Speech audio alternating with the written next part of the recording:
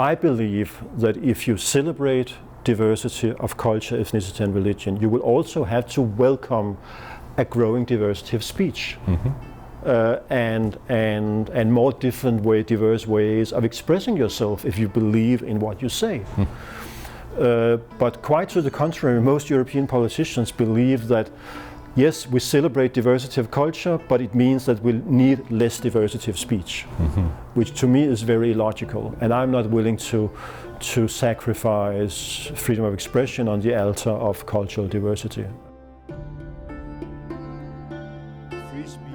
Today we're interviewing Flemming Rose of the Cato Institute and the author most recently of The Tyranny of Silence, how one cartoon ignited a global debate over the future of free speech. In 2005, while an editor at the Danish newspaper Jyllands-Posten, Rose commissioned a series of cartoons about the Prophet Muhammad as an exercise to stop self-censorship. Terrorists and extremists responded to the cartoons with violence, attacks on Western embassies, and riots, creating a death toll that reached at least 200, according to the New York Times. Rose is no rogue provocateur. He is one of the planet's most committed and articulate defenders of free speech, the open society, and Enlightenment values of tolerance and universal rights. Flemming Rose, welcome. Thank you for those nice words, Nick. It's wonderful to be here. Let's take the pulse of free speech in the decade since the Muhammad cartoons came out. Since then, we've seen any number of violent reprisals against free speech, probably most catastrophically the gunning down of a good part of the staff of Charlie Hebdo in Paris, France. But we've also seen the continuing rise of hate speech laws in Europe and a stultifying climate rise on US campuses and other college campuses. Are things good for free speech generally right now, or not? If we take the long-term historical view, yes, free speech is in better shape than in the 17th century, or in the 18th century, or even in the beginning of the 20th century. No doubt about that. But if we look in a shorter-term perspective, let's say the past 20, 30 years, I think free speech is in worse shape. Free speech is in bad standing. You can see it when you check out statistics. Freedom House puts out a report every year. Reporters Without Borders in Europe do the same thing, and other institutions. And the trend is the same all over. That for the past approximately 10 years, freedom of the press and freedom of speech is in decline. And I think that the new thing, I mean, we know China, we know Cuba, we know North Korea, Russia, where things usually are in bad shape. But the new trend is that freedom of expression is in decline, even in Western Europe. So what forms does it take, say, in Western Europe? I mean, are reporters being, if not put in jail, are there legal actions against them, or is it a chilled atmosphere where people just don't talk about certain things? It's both. I mean, just to give you an indication, in the first half of 2015, France, of all countries in the world, was the most dangerous place to live for a journalist. Meaning that you would get arrested, or you would get beaten up? Meaning that 12 people were being gunned down in January 2015. Yeah. So that's of course not the case anymore, but a couple of years ago I interviewed the most famous French cartoonist Plantu, who works for Le Monde, and I asked him, when was the last time a cartoonist was killed in Europe? And he couldn't recall. The only name he came up with was a Palestinian cartoonist who was killed in London in 1987, either by the Mossad or the PLO.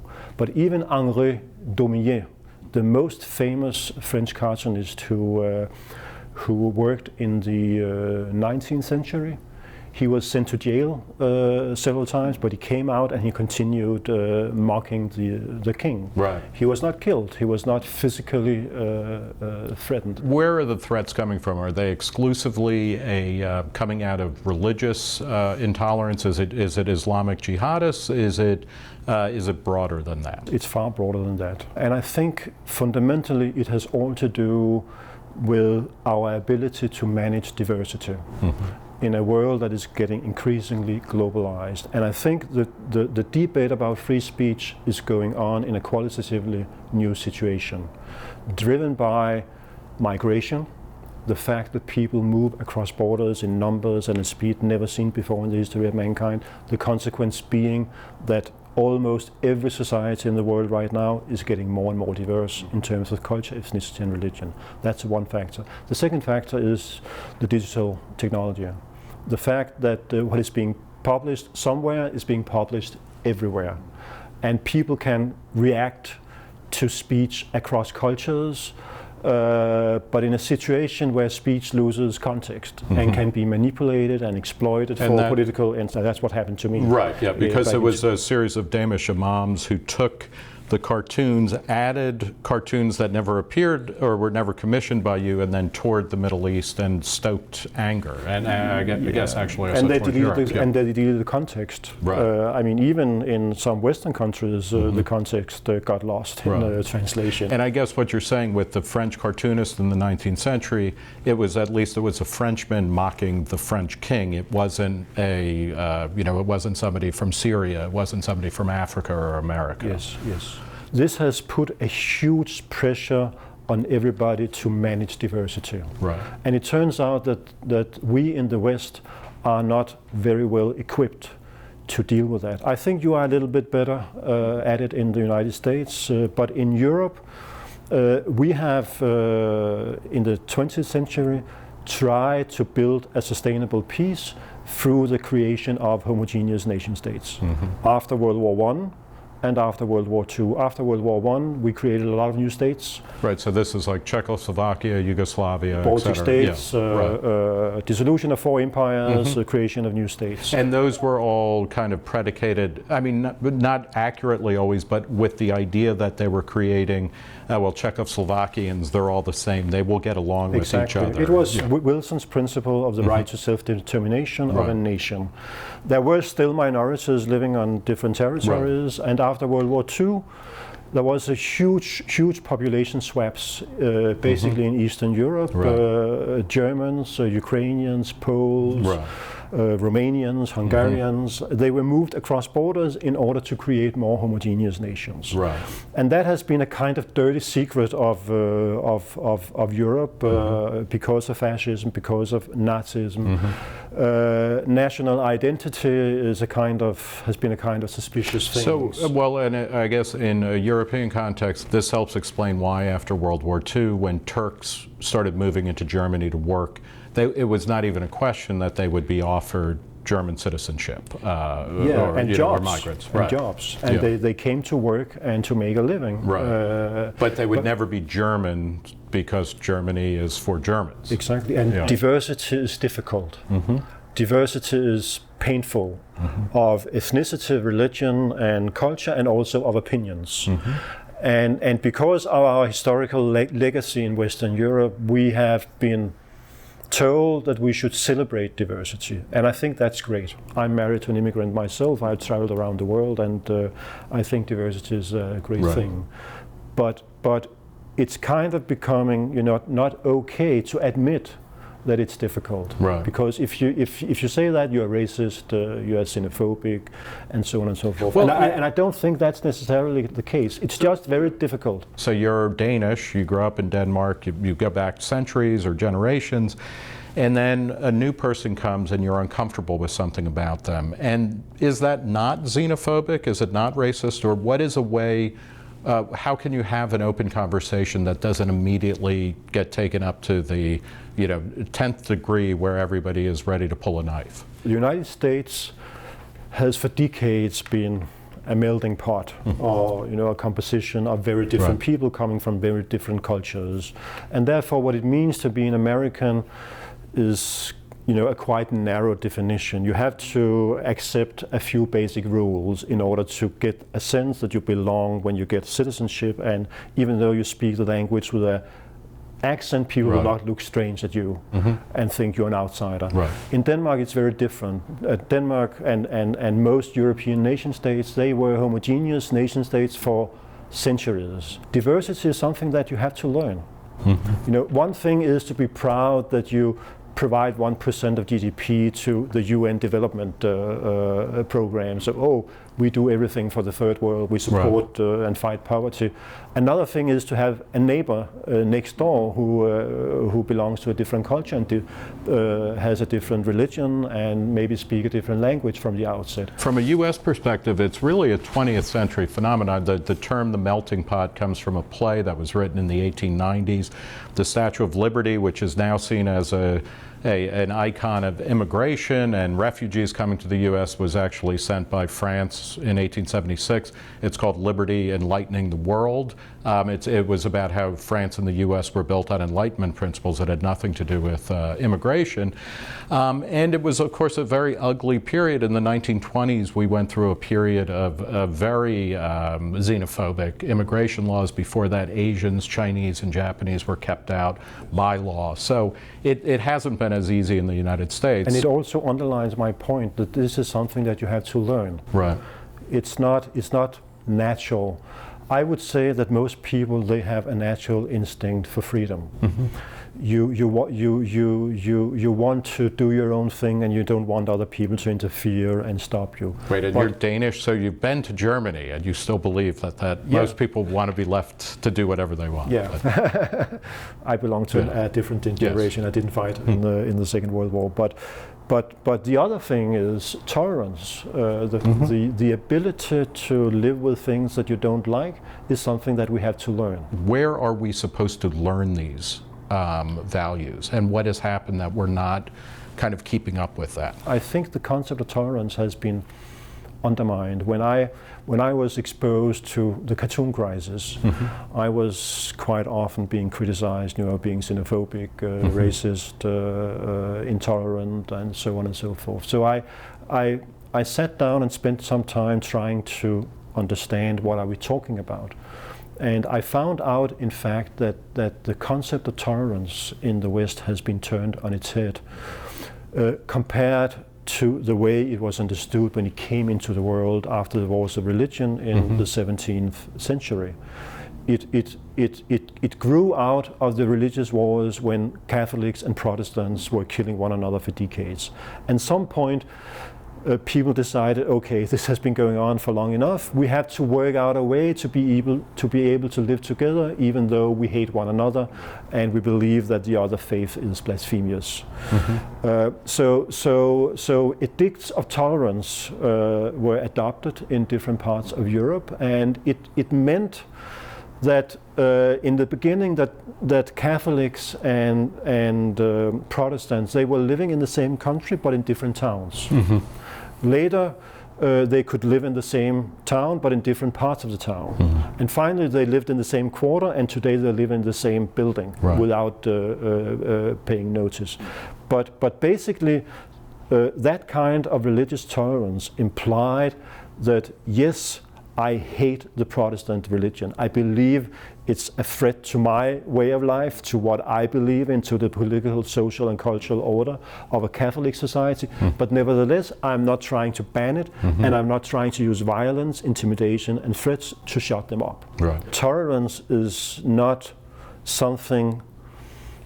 a demand that you put on the speaker. It's not a demand that you put on somebody who publishes a cartoon or writes a novel or paints a painting.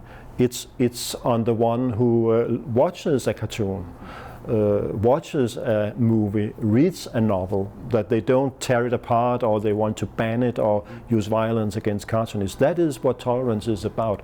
Today it means quite the opposite, that you may have a right to say what you say, but if you're tolerant, you shut up. Where does the violence and where does the banning come from? Because on the one hand, people will say, well, there's been an influx, come on, let's stop being polite here. There's been an influx of Muslims from former European colonies or from, parts of the world where we've, our foreign policy has created problems, et cetera. But there's a ton of Muslims, and, as much as Catholics and Protestants disagreed with each other, they worship the same God, whereas Muslims are against this completely. But then also in places like Europe, David Irving, the Holocaust denier, was put in Austrian jail, not because he wasn't offending Muslims, he was offending, people who had perpetrated the Holocaust.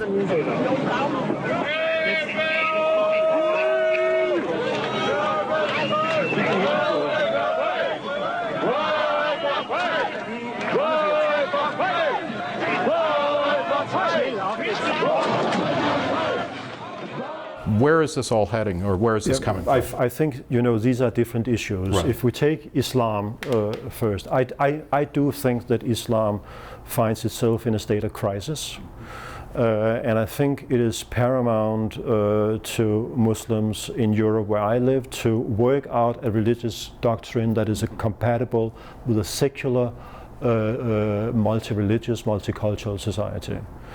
Because the jihadists and the people who are in favor of killing blasphemers or apostates, they find quotations in the Quran. Right.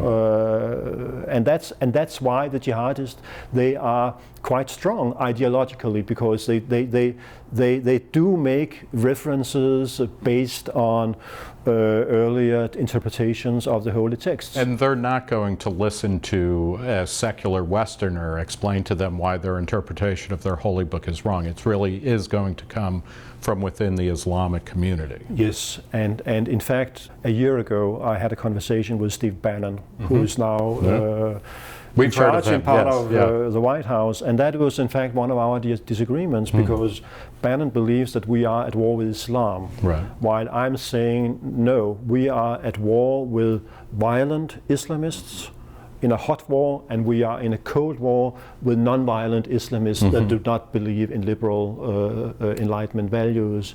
But we need believing Muslims on our side who stands up for secular democracy, freedom of expression, freedom of religion, and we cannot win this battle without having them on our side to talk to their fellow Muslims. Just to follow up on Bannon, does he believe in Western Enlightenment values? Because he seems to be very much of a nationalist, that he wants to define America in much more narrow terms than historically we have been.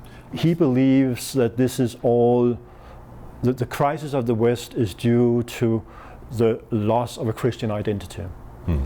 That this is the Judeo-Christian civilization not being able to defend itself. So he believes in re-establishing the church. I mean, the church is still, Christianity is still powerful in the United States, but in Europe it's on the wane, and Europe is getting more and more secular. I always find it peculiar when Christians talk about a Judeo-Christian heritage, especially in a European context. Europe spent a good part of the 20th century trying to get rid of the Jews, so it's odd to claim that now. And that speaks to the other point that you talked about with David Irving. I talked about Islam and the challenge to Islam, that they have to work out a new doctrine of blasphemy that doesn't imply that you have a right to kill blasphemers, and of apostasy. And I also think that they believe that the Quran is the revelation of God to Muhammad, and it put brakes on the right to discuss, to criticize and challenge religious dogma compared to Christianity and the Bible. So I believe they do face big challenges, and it spill into Europe.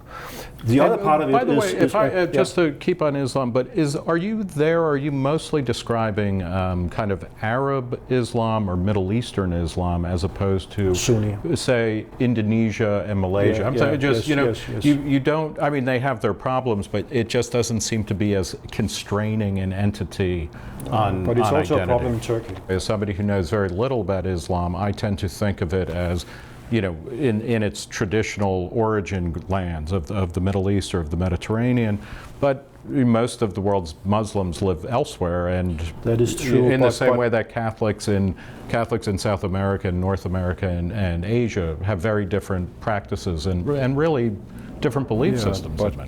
But nevertheless, the Pope is the key authority who is based in the Vatican in Rome, and it's the same with Islam, because the Quran was written in Arabic. So it emanates from there. Yeah, so the Arab world enjoys an authority that Indonesia doesn't when it comes to interpretations and tradition, and you have the holy sites in Saudi Arabia and so on and so forth.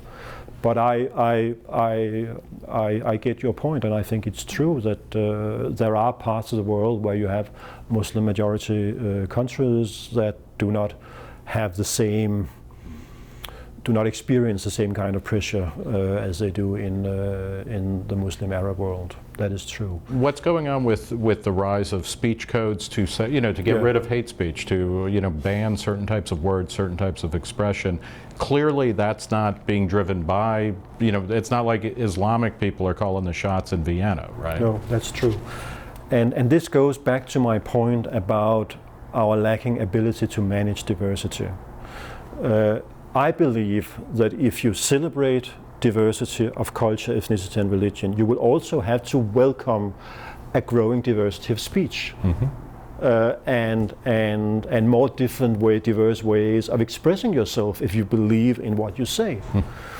But quite to the contrary, most European politicians believe that yes, we celebrate diversity of culture, but it means that we'll need less diversity of speech, which to me is very illogical. And I'm not willing to sacrifice freedom of expression on the altar of cultural diversity. I think it's absurd. But that drives the push for new laws, because most politicians in Europe believe that in order to save the social peace when we are getting more and more diverse, we need more and more bans. We need to speak more and more quietly. We need to be reluctant to express what we really believe or think about people who live their lives in a different way. So and I really think it's absurd, and I don't get the logic. But nevertheless, that is a trend, and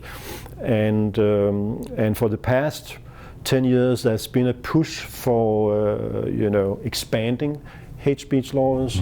There's been a push from the European Union to impose on every member state laws criminalizing denial of the Holocaust. Right. It has led to a reaction in Eastern Europe. Yes, they passed these laws, but they also passed laws criminalizing denial of the crimes of communism. And you have a law in Switzerland criminalizing denial of the Armenian genocide. You have Ukraine passing laws criminalizing criticism or mocking of Ukrainian freedom fighters in the 20th century. And in Russia, where they criminalized criticism of the behavior of the Soviet Union during the Second World War.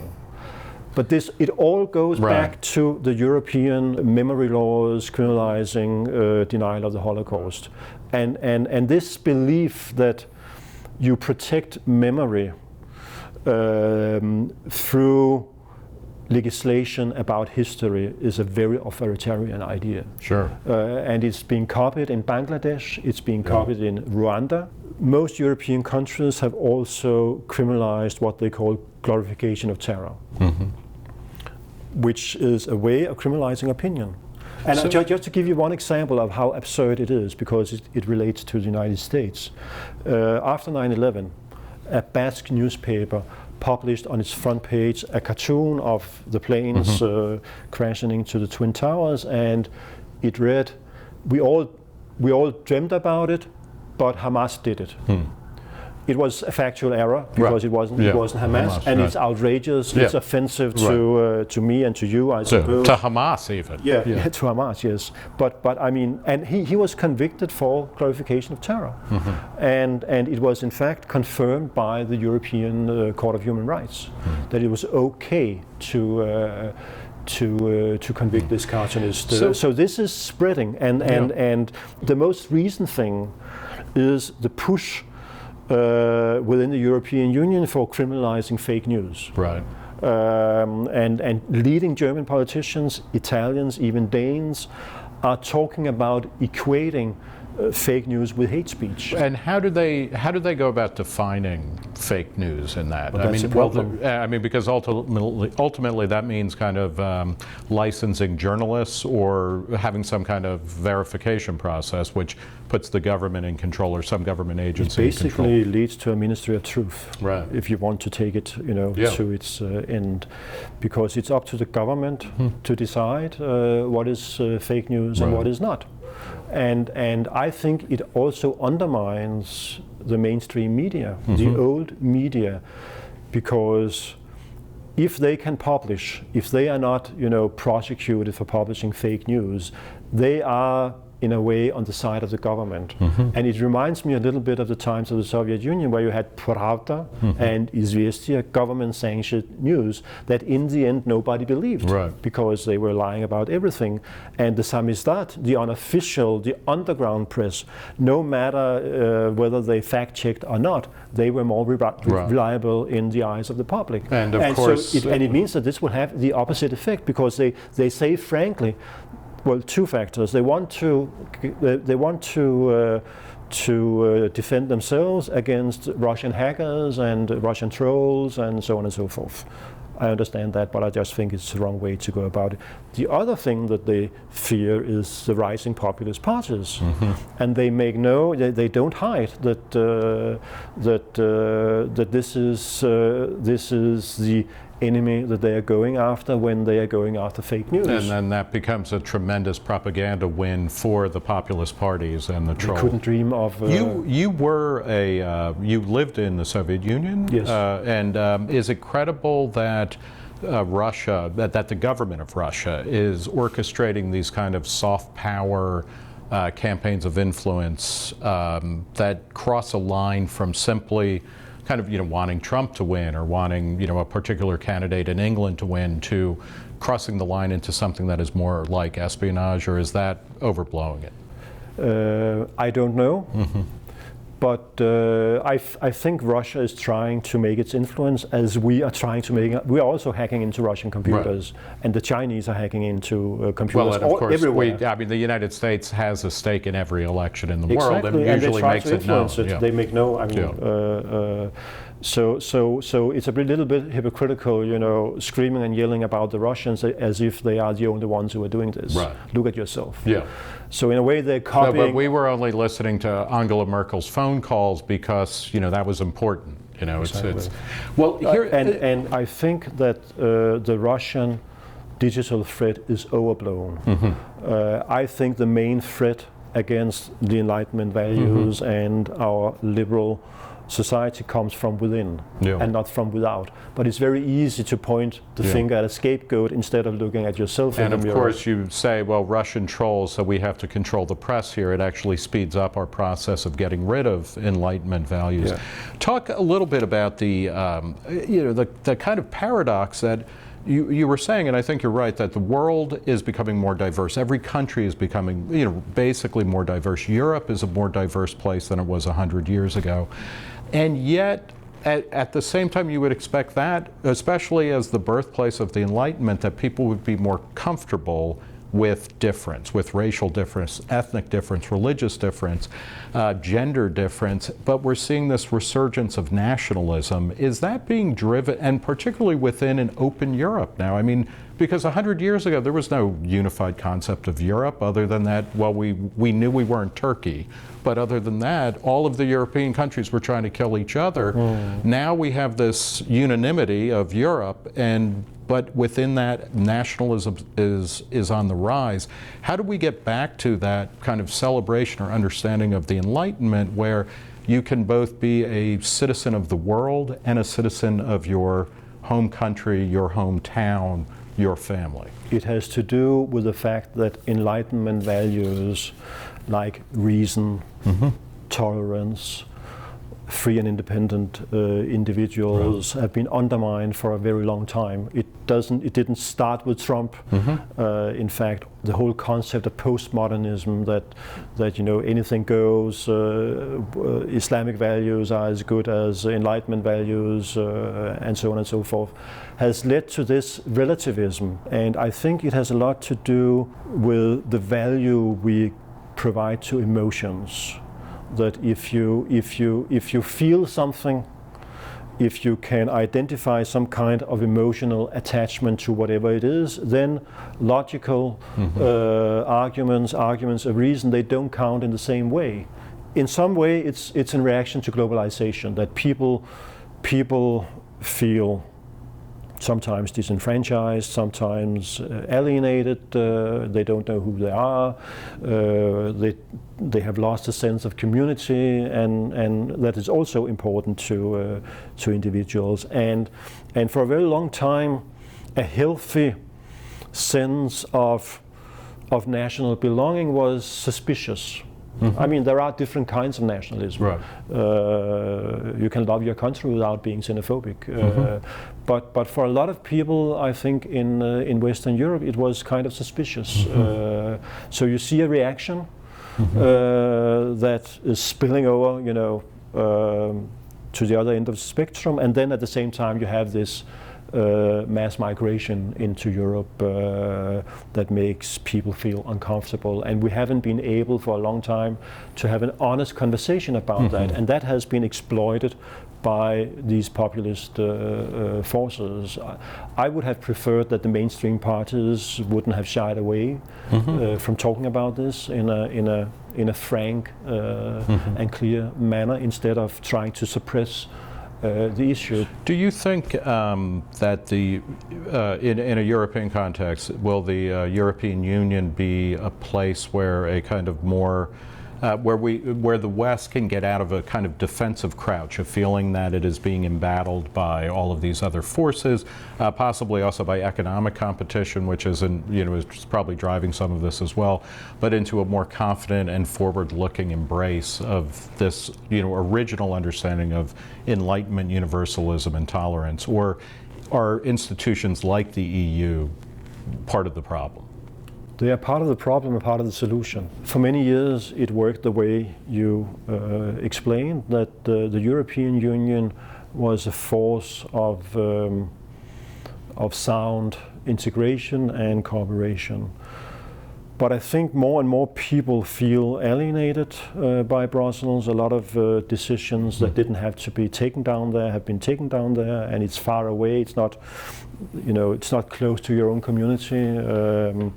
And the European Union is also a very comfortable scapegoat for national politicians, so they don't have to blame themselves. If they can blame Brussels, it's a lot easier. But it's just a fact of life now that the European Union is experiencing a crisis of legitimacy. And we have to pay notice. And I think one of the starting challenges with the European integration project was that it was not in any way, the end goal was not identified in any way. It was identified as a never-ending process of integration. Usually when you have an organization, you have to solve a problem or manage a situation. But this was a kind of postmodern project, that goes on and on and on, and we never see some final point. Another thing is that the European Union for many years didn't have real growth. Yeah, and I suspect that's a huge, and people will acknowledge it in the US, but the difference between averaging 2% economic growth of GDP each year versus 3% is massive. Yes. And we're in, if not quite a contraction, a flatlining that is. But around 2% is a problem for you, but in Europe that would be great. Well, as a final thought, what are the projects that you're working on for the Cato Institute? You've joined them, and what can we look forward to from you going forward? I'm going to write a book for Cato about free speech in a multicultural society. A short book, 20,000 words, to explain the basics of this, and hopefully I will do video and audios so it can be included somewhere in the last free university. Exactly. Right. Well, we will leave it there. I want to thank you very much for talking to us. We have been talking with Flemming Rose. He's the Danish journalist, now with the Cato Institute, the author most recently of The Tyranny of Silence, and a wonderful incarnation of universal values, particularly for tolerance, pluralism, and free expression. Thank you again for talking to us, Flemming. Nice to be here, Nick. For ReasonTV, I'm Nick Gillespie.